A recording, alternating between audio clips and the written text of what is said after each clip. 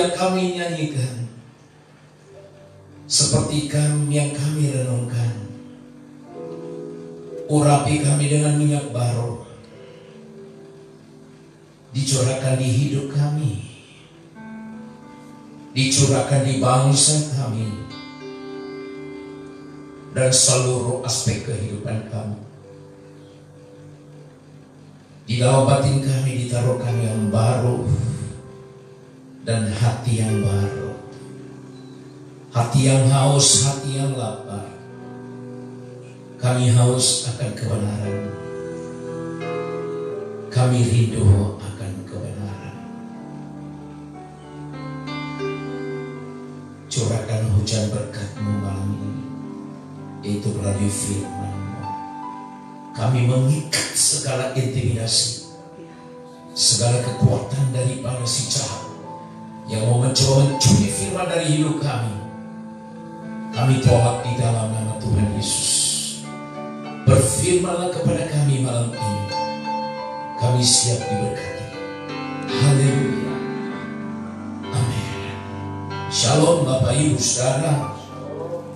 Bagi Bapak Ibu yang ada di rumah, shalom. Tuhan memberkati saudara.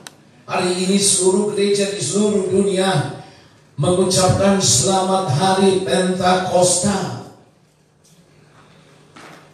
Hari Pentakosta adalah penggenapan daripada semua janji Kristus dalam kehidupan gereja.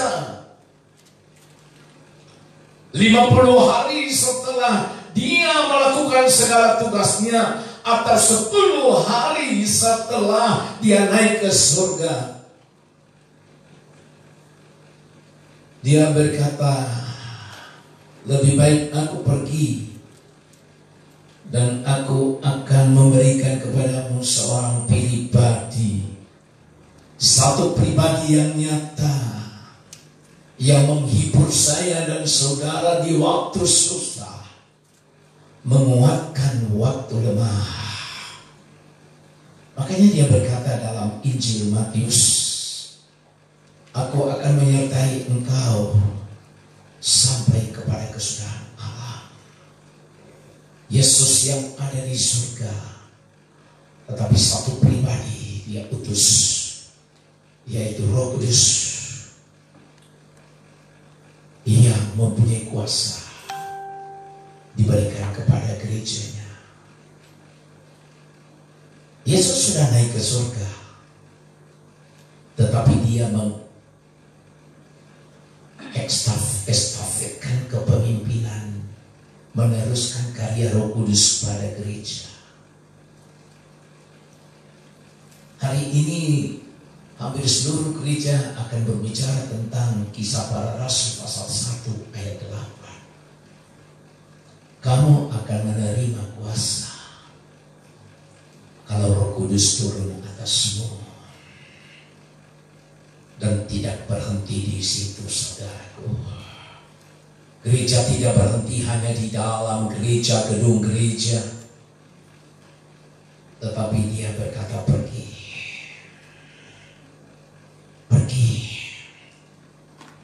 Tuntaskan amanat agung. Selesaikan sampai segala sesuatu dipulihkan. Dia akan datang, dan yang memampukan kita, Dia berkata, aku menyertai engkau. Kamu akan menerima kuasa penginjilan kalau Roh Kudus turun di atasmu. Tapi sejauh ini, sampai sejauh mana gereja menginjil? Lebih dari 2 bulan kita ada di rumah. Apakah kita senantiasa mengumandangkan suara Injil? Baik melalui sikap hidup kita maupun sikap daripada tutur kata kita setiap hari, sehingga orang yang lemah hari-hari ini akan dikuatkan. Tadi sore saya ditelepon dari Surabaya oleh rekan-rekan saya, mantan paduan suara. Mereka rindu saya menyampaikan renungan firman melalui YouTube. Tolong kuatkan teman-teman kita. Jawa Timur termasuk zona yang paling merah. Rekan saya berkata begini, banyak yang sudah putus asa, hopeless, kehilangan pekerjaan, mengalami kekurangan dan lain sebagainya. Tolong, satu-satunya anggota paduan suara Efrata Surabaya GKI Resort hanya Anda yang menjadi pendeta. Dan saya bilang, karena malam ini saya harus melayani di gereja, besok pagi saya berjanji saya akan sampaikan dan saya kirim kepada rekan-rekan. Mereka butuh. Banyak orang membutuhkan hari-hari ini. Bagaimana melihat kepastian di tengah-tengah ketidakpastian. Tetapi kalau ingat akan janji Tuhan, aku tidak meninggalkan engkau.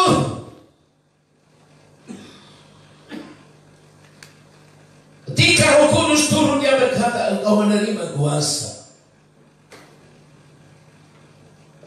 Kuasa yang datang daripada Roh Kudus.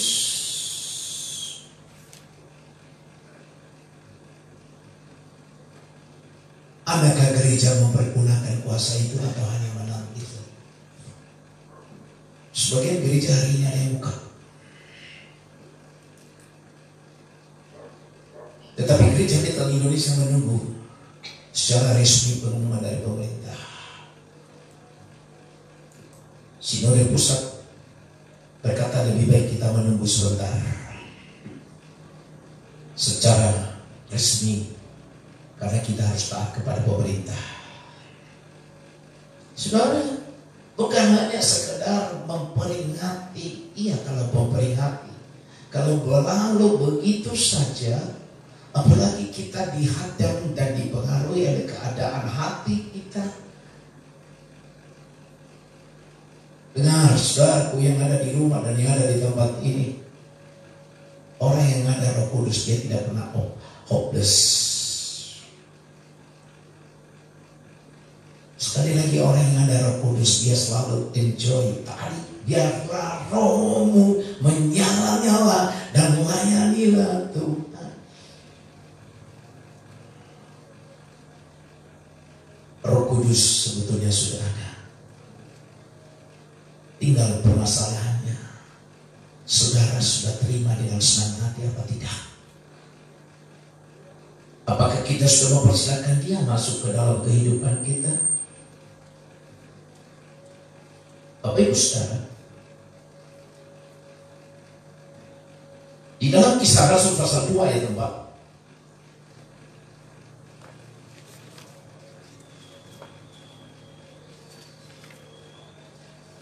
di dalam Kisah Rasul pasal 2 ayat 4, surat Paulus kepada di dalam rasul-rasul, dia berkata, maka penuhlah mereka dengan Roh Kudus. Lalu mereka mulai berkata-kata dalam bahasa lain, seperti yang diberikan oleh Roh Kudus kepada Roh itu kepada mereka untuk mengatakannya. Tema saya malam ini, pengertian dipenuhi Roh Kudus dan apa berkatnya di balik itu semuanya. Kisah Rasul pasal yang kedua ini jelas setelah dipenuhi. Dipenuhi itu artinya melimpah. Dengan Roh Kudus terjadi sesuatu yang lain daripada yang lain. Saudara, kepenuhan Roh Kudus ada dua macam. Ya, kepenuhan Roh Kudus itu ada dua macam, meliputi dua pengertian. Pertama, kepenuhan Roh Kudus secara temporal.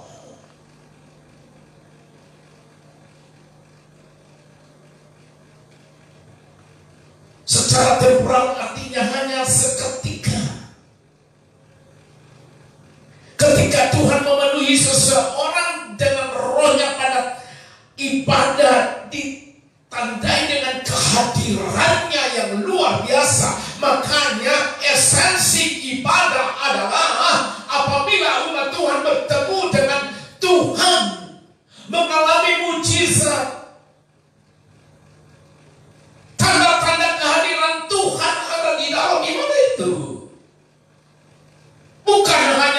sekedar liturgos. Ini keperluan secara temporal sementara. Dan biasanya itu disertai dengan demonstrasi kekuasaan Allah. Ada nubuatan, ada penglihatan, ada pelepasan. Dan dengar Bapak Ibu Saudara, itu bukan kepentingan manusia, tetapi kepentingan Tuhan untuk mengubah jemaatnya. Ini keperluan sementara, temporal. Dan gunanya untuk membangun jemaat, tanda bagi orang yang tidak mengenal Allah, sehingga seketika di dalam ibadah itu orang akan mengakui bahwa Tuhan ada. Satu-satunya yang ku percaya, satu-satunya yang ku percaya, Engkau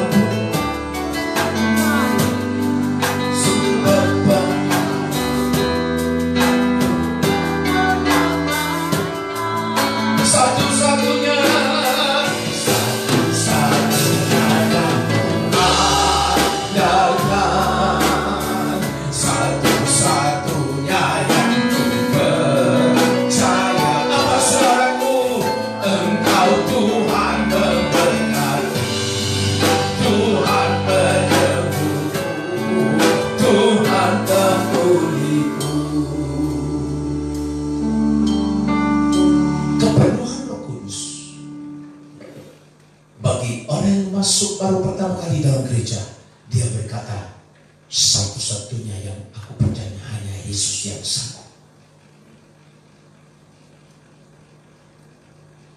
Dan maaf, itu bukan kepentingan gembala sidang, itu bukan kepentingan daripada pendoa, tetapi kepentingan Tuhan, karena Dia menginginkan semua orang mengenal Dia.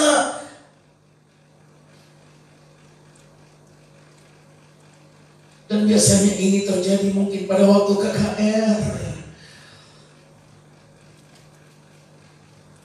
Biasanya itu tidak menuntut perjuangan berat, saudaraku.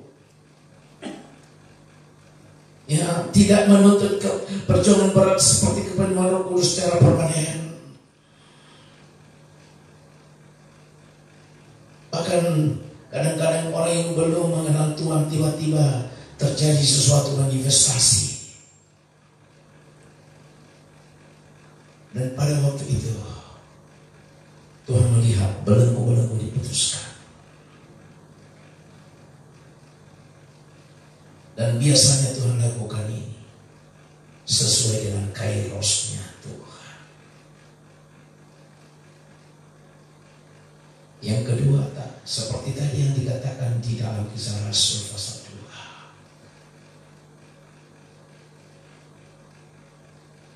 Yang kedua adalah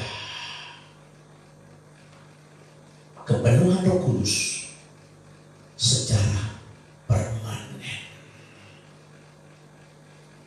Nah ini, kepenuhan Roh Kudus secara permanen. Artinya begini, selama kehidupan seseorang, orang tersebut berjalan bersama dengan Tuhan dalam kurun waktu panjang. Selama dia berjalan bersama dengan Tuhan, maka dia dapat mengerti kehendak Tuhan. Ini permanen. Dia mengerti kehendak Tuhan dan dia melakukan. Orang yang menerima ini adalah orang yang telah dibaharui di dalam roh dan pikirannya, yang telah mengakui Yesus sebagai Tuhan dan Juru Selamatnya, telah mematikan kedagingan, telah merubah tujuan hidup dan berbagai proses kehidupan melalui segala pengalaman rohani. Maka Makanya saya berkata begini, esensi ibadah apabila umat Tuhan bertemu dengan umat Tuhan ketemu dengan Tuhan dalam ibadah, sebab ada hujan hadirat Allah. Tetapi esensi kehidupan daripada seseorang itu apabila dia berjalan bersama dengan Tuhan selama hidupnya sampai kepada garis finishnya, dan dia mengerti kehendak Allah di dalam perjalanan itu, bukan hanya sekedar datang melayani dan lain sebagainya, tetapi dia mengerti dan dia melakukan pengalaman kehidupan kepenuhan Roh Kudus secara permanen. Tidak ditandai dengan karunia, saudaraku. Apa yang terjadi? Ditandai dengan buah roh. Ini permanen. Sehingga orang melihat dia heran. Ya, sekali lagi, kepenuhan Roh Kudus itu tandanya apa? Bukan karunianya, tetapi buah rohnya. Ya. Yesus berkata di dalam Injil,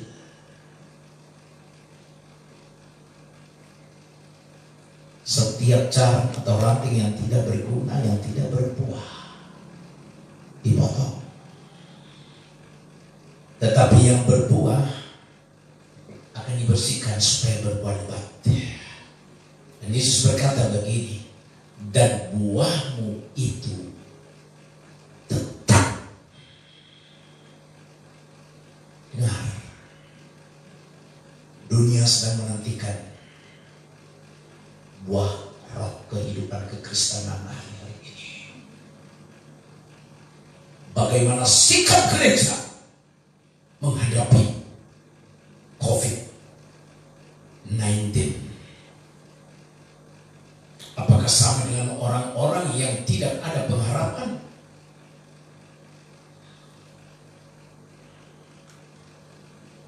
Ketika dia dipecat dari PHK, apakah masih berkata, Tuhan adalah gembalaku, takkan kekurangan aku? Sekali lagi, kepenuhan Roh Kudus secara permanen. Kehidupan saya dan saudara berjalan mengikuti kehendak Tuhan, mengerti kehendak Tuhan. Kalau kita mungkin di PHK, ada rencana Tuhan. Mengalami banyak yang harus dilalui dalam bulan-bulan ini, dan melakukan kehendak Tuhan. Itu menghasilkan buah, yaitu sukacita. But not lip service. No action, talk only. Tidak hanya lip service, di mulutnya doa. Apa yang terjadi waktu dipenuhi oleh buah? Buah itu berbicara, Galatia 5 ayat 22 sampai dengan 24. Tetapi buah roh ialah kasih, sukacita, damai sejahtera, kesabaran, kemurahan, kebaikan, kesetiaan, apalagi kelemah lembutan, penguasaan diri. Tidak ada hukum yang menentang hal itu. Paulus berkata, barang siapa menjadi milik Kristus Yesus, ia telah menyalibkan dagingnya dengan segala hawa nafsu dan keinginannya.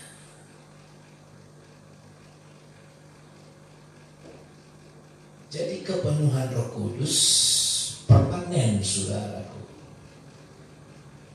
Buahnya dinantikan. Buah roh yang pertama dikatakan kasih, agape. Berbuat kasih itu artinya memberi yang terbaik kepada orang lain. Tadi siang Ibu Gembala mengatakan di tempat ini, janda Sarfat memberi yang terbaik kepada seorang Nabi Elia. Segenggam tangan tepung. Kasih itu tanpa pamrih. Kasih artinya ada sesuatu yang keluar. Kasih. Hari-hari ini dunia sedang menantikan buah roh yang pertama, kasih. Bagaimana respon kita terhadap orang-orang yang ada di sekeliling kita? Apakah kita hanya menutup mata saja?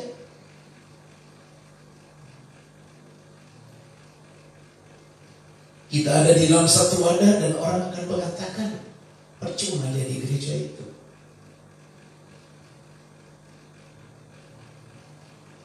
Beberapa hari yang lalu kita telah menyelesaikan bedah rumah yang ada di daerah Gunung Sitoli Utara. Saya tidak membawa merek gereja.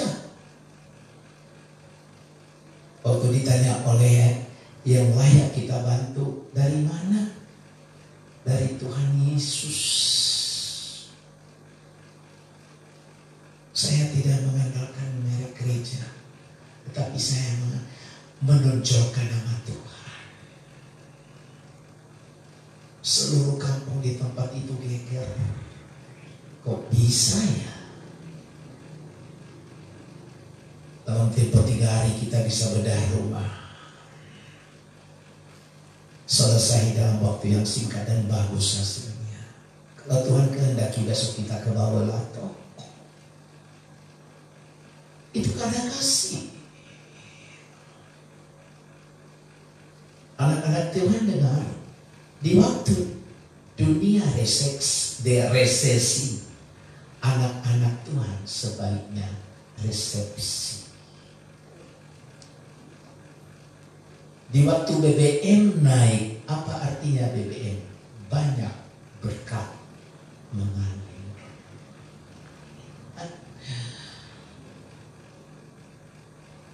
Di waktu orang sedang begini, kita begini.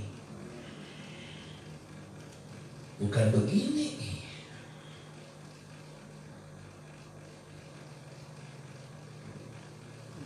Saudaraku,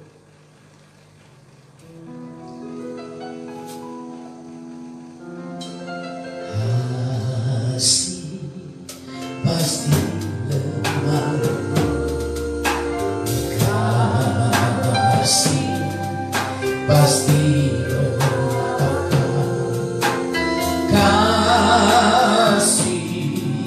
pasti murah hati. Kasih-Mu Tuhan sekali lagi. Kasih pasti lemah. Kasih pasti memaafkan.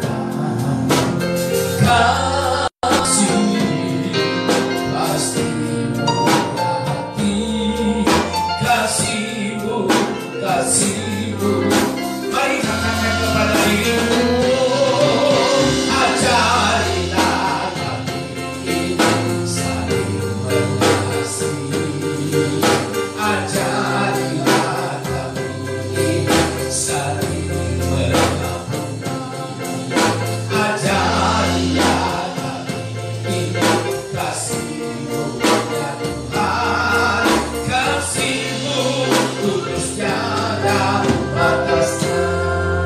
Inilah bahasa kasih.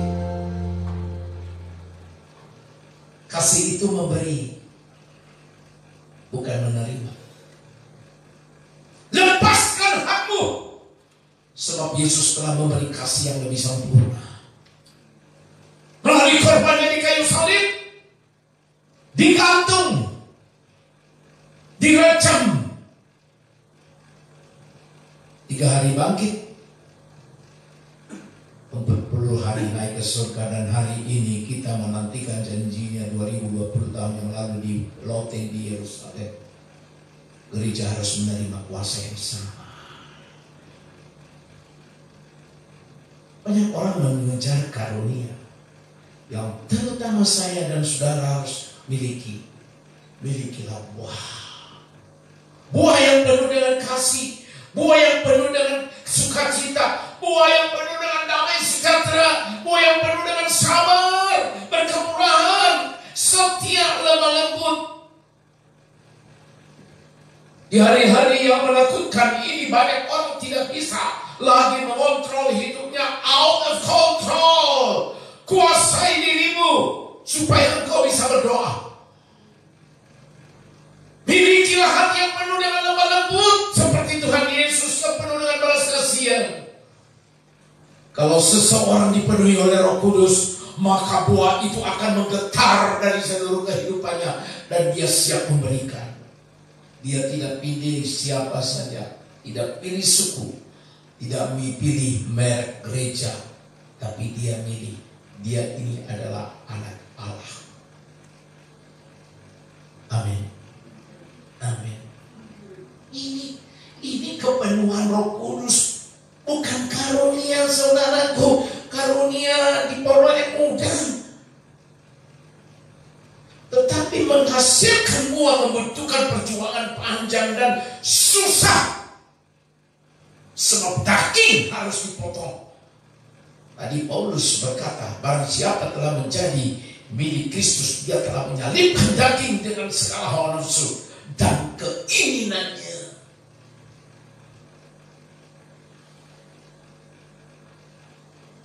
Haleluya. Ya. Jangan kejar karunia, tetapi kejarlah buah. Sebab Yesus berkata, dari buahnya engkau mengenal siapa mereka. Kepenuhan Roh Kudus secara permanen artinya kita dipenuhi oleh pikiran dan perasaan Allah, dan dia punya iman yang radikal. Radikal artinya radis sampai ke akar-akarnya. Orang yang kepenuhan Roh Kudus, imannya radikal. Artinya dia sekali lagi, dia mempunyai sesuatu yang permanen, dipenuhi oleh pikiran dan perasaan Allah yang terekspresi melalui perbuatan yang nyata. Kita berkata kita kepenuhan, buahnya mana bro?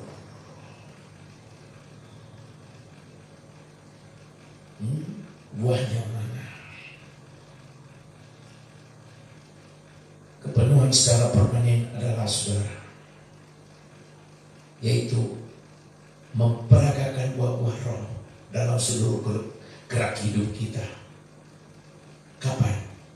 Anytime, anywhere, setiap hari, dan berjalan di dalam kasih dan kebenaran.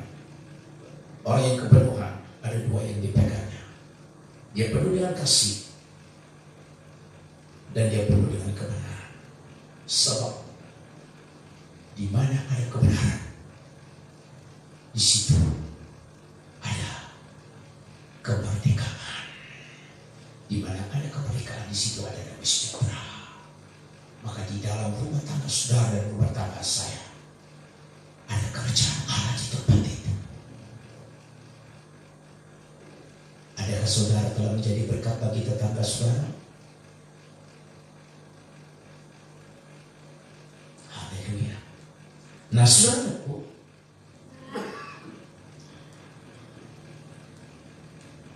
mari kita melihat lebih dalam lagi. Yang kedua, di dalam Lukas pasal 24 ayat 49. Lukas 24 49. Injil Lukas pasal 24. Yesus berkata demikian. Dan aku akan mengirim kepadamu apa yang dijanjikan Bapakku. Tetapi kamu harus tinggal di dalam kota itu sampai kamu diperlengkapi dengan apa? Kekuasaan dari tempat tinggi. Kepenuhan Roh Kudus sangat penting bagi orang percaya. Tetapi dengar Bapak Ibu Saudara, kepenuhan Roh Kudus tidak terjadi secara kebetulan, secara acak, melainkan diberikan dengan sengaja terarah pada satu kepastian. Seseorang itu siap menerima.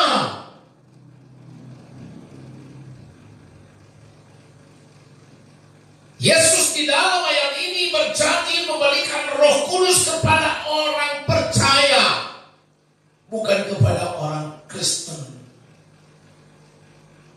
Yesus berkata, aku mengirim kepadamu apa yang dijanjikan Bapakku. Tetapi syaratnya harus kamu tinggal diam.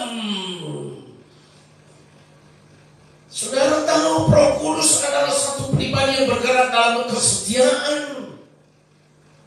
Sekali lagi, Roh Kudus adalah satu pribadi yang bergerak dalam kesetiaan, dan dia pasti akan menepati janjinya.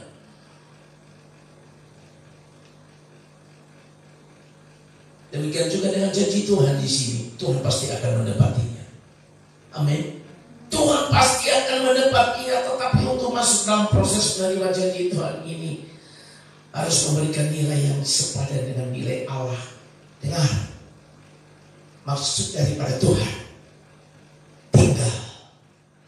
Tuhan mau lihat nilai kepedulian penerimaan kita. Nilainya sama dengan nilai Allah. Roh Kudus adalah kekuasaan tertinggi, sehingga dia akan memenuhi saudara.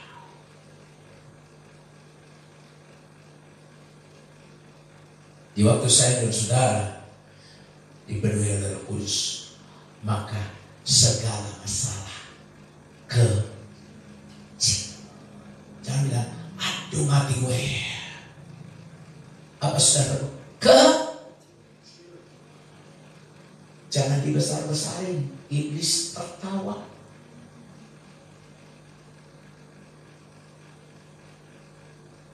Jadi hari-hari ini masalah saudara bertambah banyak, hadapi dan kelihatannya kecil.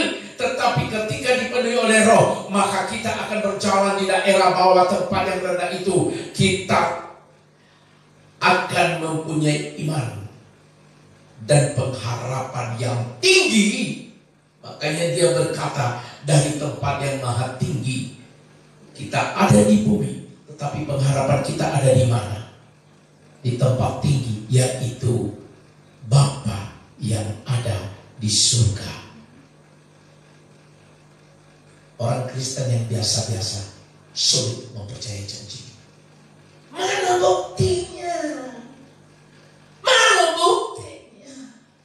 Standar untuk menerima ini dengan standar Allah, apakah kita sudah miliki? Waiting for me. Ku nantikan janji Allah di dalamku. Ku harapkan yang terbaik terjadi di dalamku. Itu satu pujian.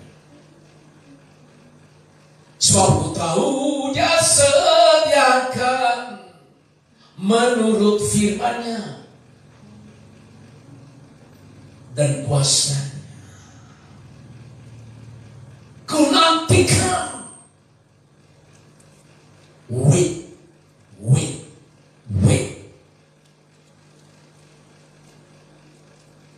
Yesus berkata, tunggu. Kita yang ada di tempat yang rendah ini, kita melihat ke atas. Dari atas turun pertolongan yang ajaib. Makanya di dalam kitab Nabi Yesaya, orang yang menanti-nantikan Tuhan mendapat kekuatan baru. Mereka seperti terbang seperti pada sayap burung Raja Wali. Katakan amin. Kita akan melihat kemuliaannya. Amin. Amin. Kita melihat kemuliaannya. Nah saudara, janji yang dikatakan itu, mengapa Roh Kudus mengangkat kita di tempat yang tinggi? Dia mengangkat kita dari tempat yang rendah ini dan diangkatnya ke tempat yang tinggi. Tadi dikatakan seperti pada sayap burung Raja Wali yang terbang tinggi dengan kekuatan sayapnya. Dalam menghadapi COVID ini, standar ilahi harus kita miliki.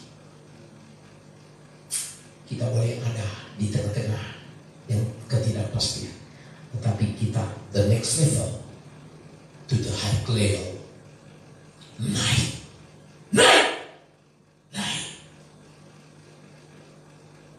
Haleluya.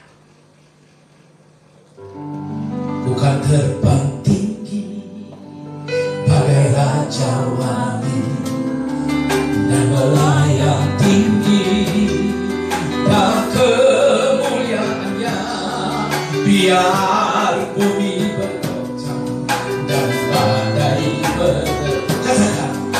Bukan terbang tinggi, bukan terbang tinggi, oh, bukan terbang tinggi Raja Wali dan melayang tinggi dalam kemuliaannya, biar bumi bergoncang dan badai berdetak. Bersama Dia, Yesus berkata, tunggu, aku mengirim pertolongan kepadamu dari tempat yang maha tinggi ada kuasa.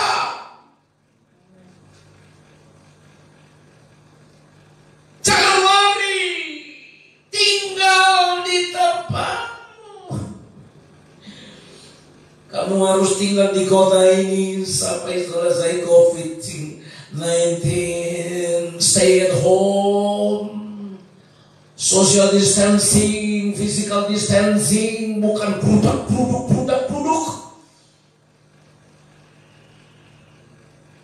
Pertolongan yang datang dari tempat yang maha tinggi itu apa sih? Satu, ini catat yang ada di rumah, Yohanes 1 ayat 12. Di dalam Injil Yohanes 1 ayat 12.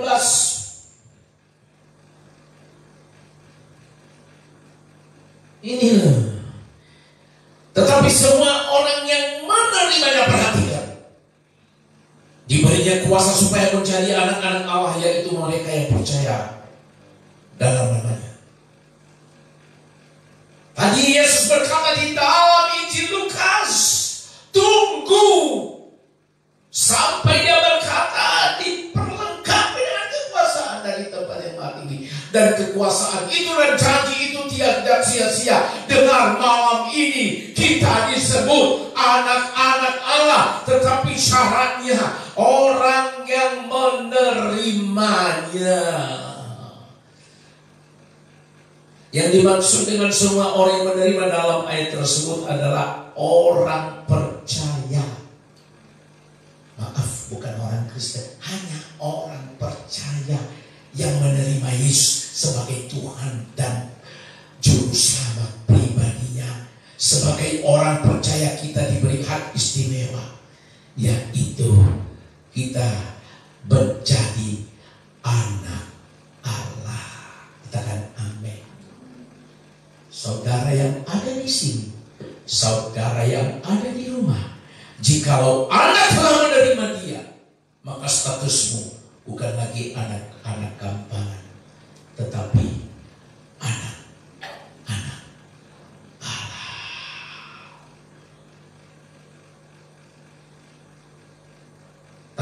Roh Kudus itu kita tidak punya kuasa untuk menerimanya. Kata kuasa dalam ayat ini dikatakan di sini diberinya kuasa, bahasa Yunaninya exousia. Ya.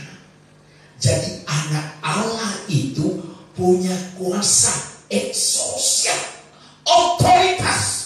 Ya, hebat saudaraku.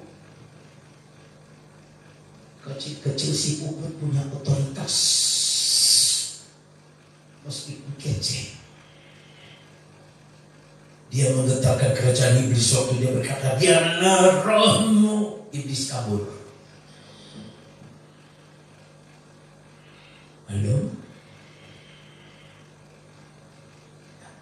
Dia berkata dengan jelas, yang menerimanya dia berikan apa? Exousia. Otoritas ada di tangan saudara. Waktu saudara berkata, penyangkau bisa naik, dia lari terpilih-pilih. Segala kuasa iblis gemetar ketika mendengar nama Yesus. Jadi dengar, dengan percaya kepada Yesus, terima Roh Kudus, kita diberikan otoritas. Aku telah memberikan, dan kuasa yang ada, roh yang ada di dalam kamu lebih besar dari yang ada di muka bumi ini. Hanya orang-orang yang menerima dia, exousia, roh otoritas, menyembuhkan orang sakit, memijak injak ular dan kalajengking, dan berkata, sehat, engkau tidak punya hak, engkau telah dikalahkan. Ada otoritas di tangan saudara. The power from the heaven. Katakan amin. Amin.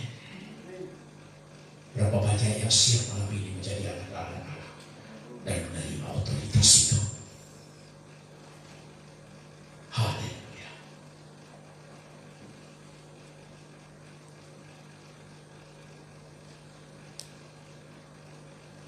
Yang kedua, yang berikut, perhatikan. Mari Injil Lukas pasal 15. Saya memberikan contoh kepada Bapak Ibu Saudara. Injil Lukas pasal yang ke-15, ayat yang ke-17 sampai dengan 19.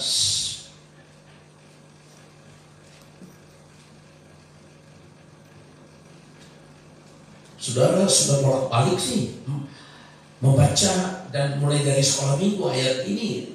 Wah, banyak banget dia yang tahu ini. Di dalam Lukas 15 ayat 17. Lalu anak yang hilang ini menyadari keadaannya. Katanya, betapa banyaknya orang upahan Bapakku yang berlimpah-limpah makanannya, tetapi aku di sini mati kelaparan. Orang kaya mati.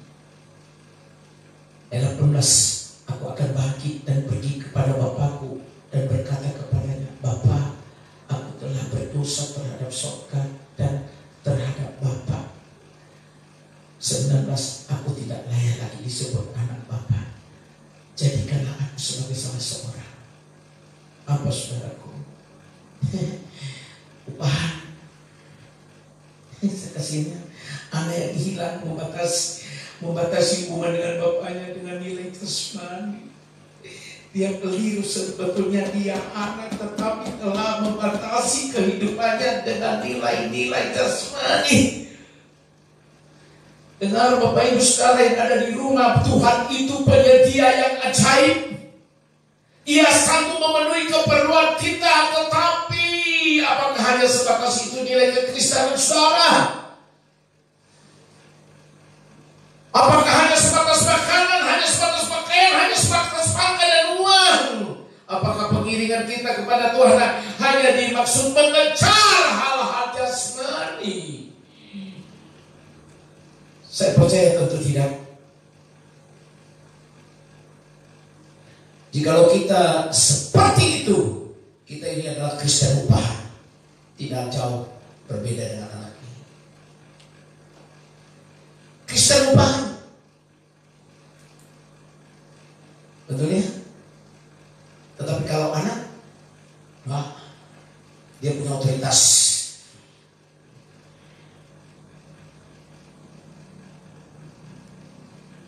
Kalau dia Kristen upahan, berarti dia bukan Kristen anak Allah. Kristen upahan adalah Kristen di tempat bawah, bukan di tempat tinggi. Nah, anak ini sama. Kristen upahan adalah Kristen yang ada di tempat yang terendah, bukan di tempat yang tinggi. Seorang yang membangun kekristenan di tempat bawah akan mudah.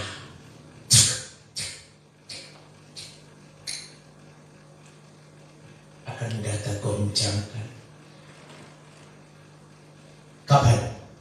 Waktu kebutuhannya tidak terpenuhi. Goyang dia. Doa apa? Doa puasa. Ya.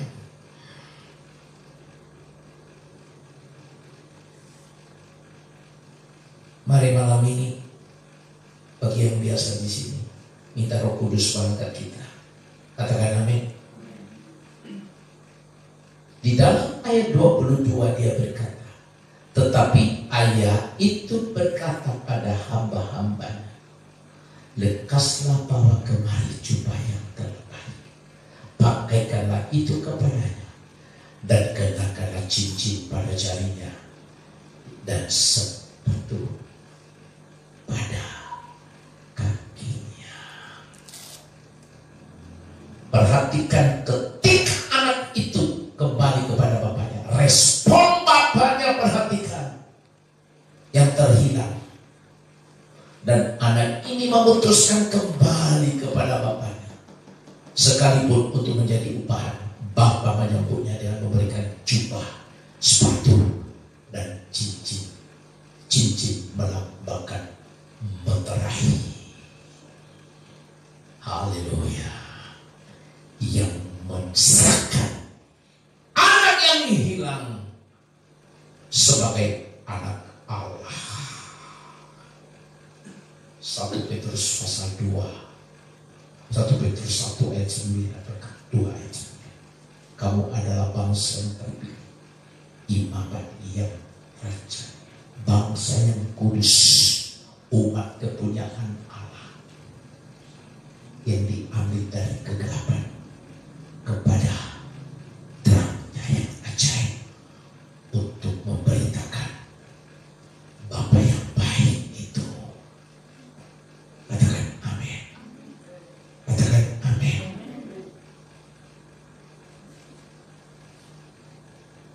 Seorang upahan tidak bisa leluasa di dalam rumah, tapi kalau sah sebagai anak, leluasa sepuas-hatinya, mempunyai akses tidak terbatas.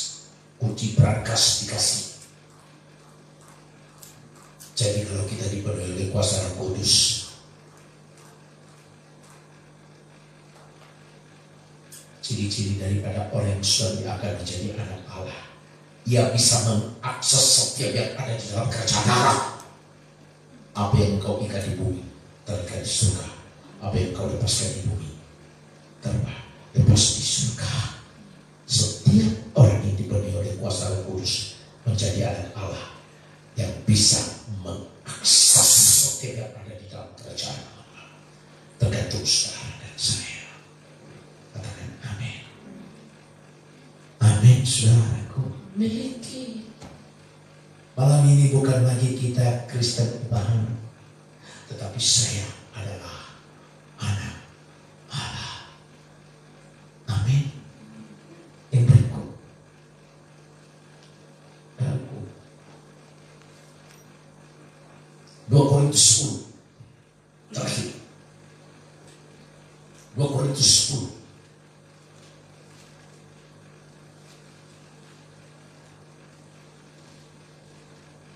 ayat 3 sampai dengan 6. Di dalam 2 Korintus pasal 10,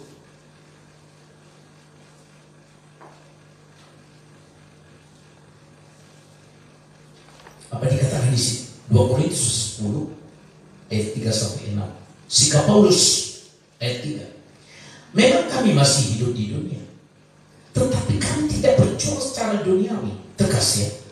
Karena senjata kami dalam perjuangan bukanlah senjata duniawi, melainkan senjata yang diperlengkapi dengan kuasa Allah yang sanggup untuk meruntuhkan benteng-benteng. Perhatikan,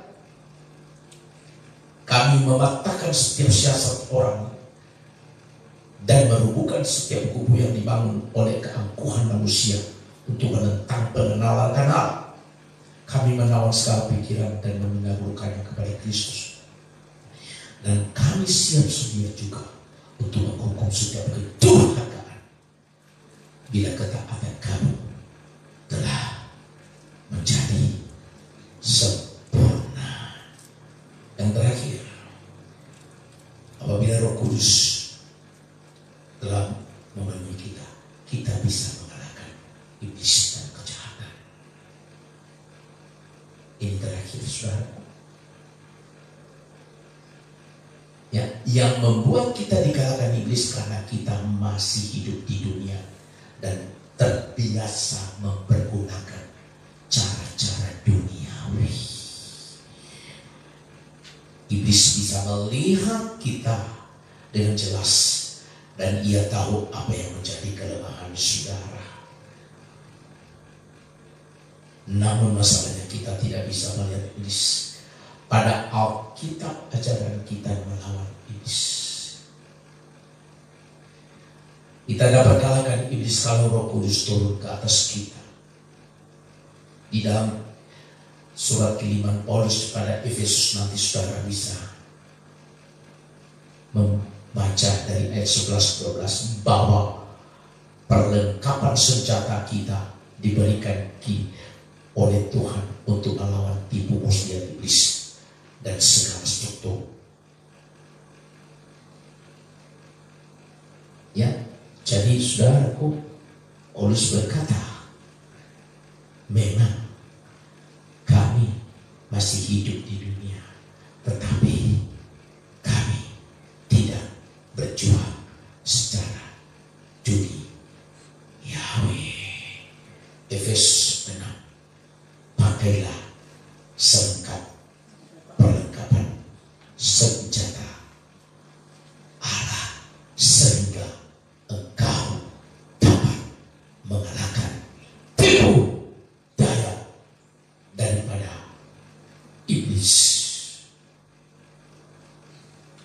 1 Yohanes pasal 4.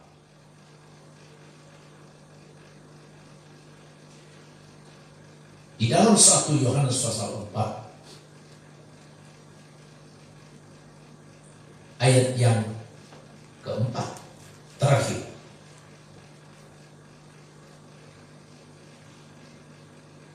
Kamu berasal dari Allah, anak-anakku, dan kamu telah mengalahkan nabi-nabi palsu itu, sebab roh yang ada di dalam kamu lebih besar daripada roh yang ada di dalam dunia ini. Ayat ini menegaskan kepada kita, roh yang ada di dalam kita jauh lebih besar daripada yang dimiliki dunia. Ketika kita sudah dipenuhi Roh Kudus, maka kita mudah mengalahkan segala tipu daya dan roh jahat iblis yang hendak mencengkram kita. Mari tundukkan kepala. Haleluya. Bapakku yang